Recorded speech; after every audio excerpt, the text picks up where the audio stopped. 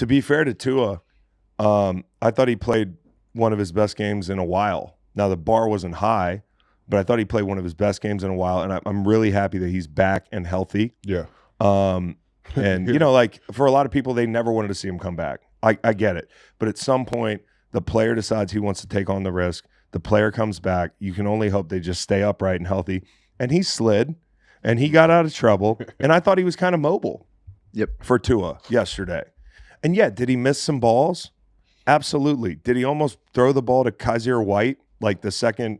I mean, there were not great moments, but I thought overall he played pretty well. Now, the question is for this Dolphins team, that would have been good enough to win a couple years ago. I don't think the team's that good anymore.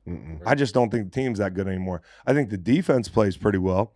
I think the offense is still – they can still score points on bad defenses.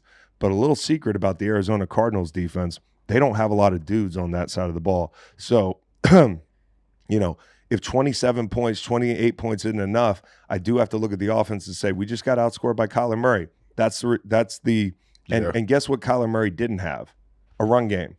If you'd have told me they were going to go down there and Kyler Murray was going to beat them with no run game because the Dolphins did a good job there, I would have said, I don't know about that. But they did a really good job in spots. He had some big throws. I mean, I can't name you all of them. Or maybe I can if I find my damn notes. Holy shit, though. Harrison and McBride, both over 100 yards receiving. The red zone magic, Jalen Ramsey coming off the edge, there's no good angle on him, Like he's a free runner. He's bailing out. Like that's a really tough tackle. It's even harder on Kyler Murray. Wilson's hiding back there in the corner of the end zone. Like when you get in the red zone, one thing I'll say about Miami, they are apprehensive to drop back and just throw the ball in the red zone. I think they know the guy's limitations a little bit. Yeah. And if it's not a quick hitter or screen out on the perimeter and they scored on one of those, dump down screens, they're a little bit apprehensive. Kyler Murray in the red zone, he can be the offense, because he can create. And Marvin Harrison Jr., who we're riding this wave of like reactive bullshit on him where it was like, hey, week 1, he didn't run fast enough. Hey, he was 16 miles an hour. He must be a bust. And then he was the greatest player in the world. And then I was reading that he might have been a bust again. And then yesterday, for him to score that touchdown on Jalen Ramsey and have some of the moments he had, I mean, Kyler made some magical throws to him. 3rd and 4 to Marvin Harrison Jr. With 20 in his face. I mean, that's like as good a throw as I saw all day. I mean, it's just like Kyler does that thing where he falls on the ground and he doesn't even see where he's throwing it. Yeah. He just knows where the leverage is, and he puts that ball out there with enough touch to a big target like Marvin Harrison Jr. That's what gives this offense another dimension, is saying when he can throw those 50-50 balls, he's not throwing them to Wilson now, and if it's not McBride, he's got this big target outside. I think the Cardinals coming off this 2-week span where they beat the Chargers, who are a good team, and they go beat Miami, who has not played like a good team, but is a tough out, with their run game and the whole thing. Cardinals have to feel very good about themselves. We're talking about the NFC West. Minus 400 right now. We're talking about the NFC West. Or sorry, plus 400. I was going to say, I might play that, because, this division seems to be a division where it's like, who's the best quarterback in the division week in and week out? Geno's up and down. Yeah. Up and down. Purdy has been up and down because of the weapons. Kyler has kept them in some games. Like Kyler has also not played great in some spots, but he's played pretty good football this year. And the defense is just, with the great SAT word you use, bereft of talent. Yes. Okay. But if they can score with people, and I think Gannon's done a good job of keeping that unit playing scrappy. Right. Just scrappy enough to be in games. Yeah. So I'm not saying they're going to the bowl, but they have a chance to win the division. Right now they're 4-4 sitting on top of it with San Francisco. And then the Rams obviously with Stafford, but they have a lot of questions defensively.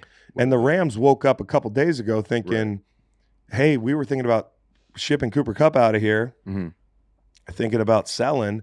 We're 3-4 now. Right. Came back. With what we've done in the division late in the season, like making runs late in the – like every team in this division feels like they can win it, which is a lot of fun. Now, Seattle, it depends. It depends on the week, right? Yeah. Like we're gonna talk about the Bills in a second here, but to wrap up the NFC West, they got down. They were like the Keystone Cops in the low red. Like it was crazy, dude. It was nuts the things they were doing. They were like first and goal on the 2, and they end up 3rd and 27 on the 27. Oh my God. And then on one play, Geno gets stepped on and falls over. Like, and then the game's over because the Bills are just that much better right now. Mm-hmm. But the Seahawks are one of the hardest teams to figure out in the league. I'm sure Seahawks fans will tell you, hey, Schneider has fucked the roster up, yada, yada, yada. But they do have enough pieces that I would think they'd be consistently better. Oh, yeah. But the variability on this team is crazy. They're so boom bust. They're almost like they flirt with like DMB lists. Just Yeah, because you have no flirt. idea what you're betting. They flirt with every the week. I have no idea. Well, definitely with DK down, they're DMB. Yeah. This is why I took the other side of that thing. So, Yep. But I just wanted to say, like, Cardinals, low-key, really good week here. Short week, coming off a physical game against the Chargers. Physical game. To hit the road and go to Miami where it's hot, I assume, and you're tired and the whole thing. To come out with a win where you don't have a run game and you find a way to do it anyways, really good. And again, I want to say this one more time for the Tua fans in here. I thought he played well. I thought he played well overall. And I got a message from one of my good friends. Well, I don't know the guy, but we DM about the Dolphins sometimes because he's been on my head since I was on the other side of this thing a couple years ago. And he hadn't hit me up in approximately like 6 weeks.